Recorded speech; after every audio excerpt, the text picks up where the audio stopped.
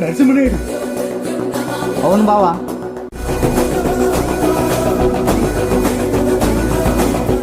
తమ్ముడు, వీడేరా మీ బావుని చంపింది.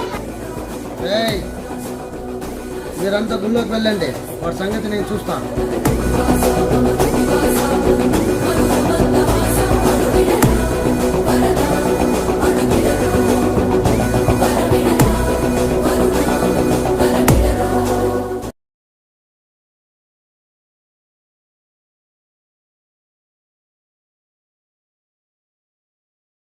స్త్రీకి పైట చెంగు సిగ్గును కాపాడుతుంది, మగాడికి పైపంచ పెద్దరికాన్ని నిలబెడుతుంది. కాస్త చూసుకొని నడవండి.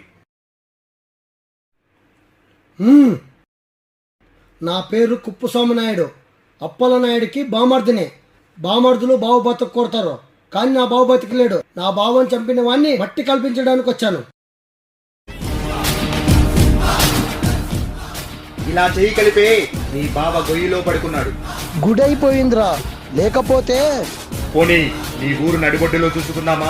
ప్లేస్ నువ్వు చెప్పినా సరే, నన్ను చెప్పమన్నా సరే, టైం నువ్వు చెప్పినా సరే, నన్ను చెప్పమన్నా సరే, ఎప్పుడైనా సరే, ఎక్కడైనా సరే,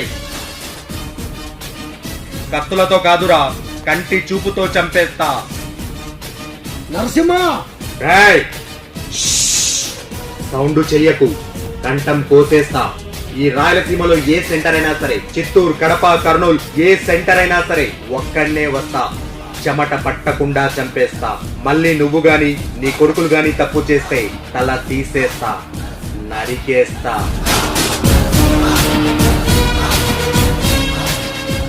మామా, ఆ నరసింహనాయుడు అవగడాలు చాలా ఎక్కువైపోయాయి. మనం ఇలాగే చూస్తూ ఉంటే జనంలో వాడు పలుకుబడి పెరిగి ఆ జనానికి మనమంటే భయం లేకుండా పోతుంది.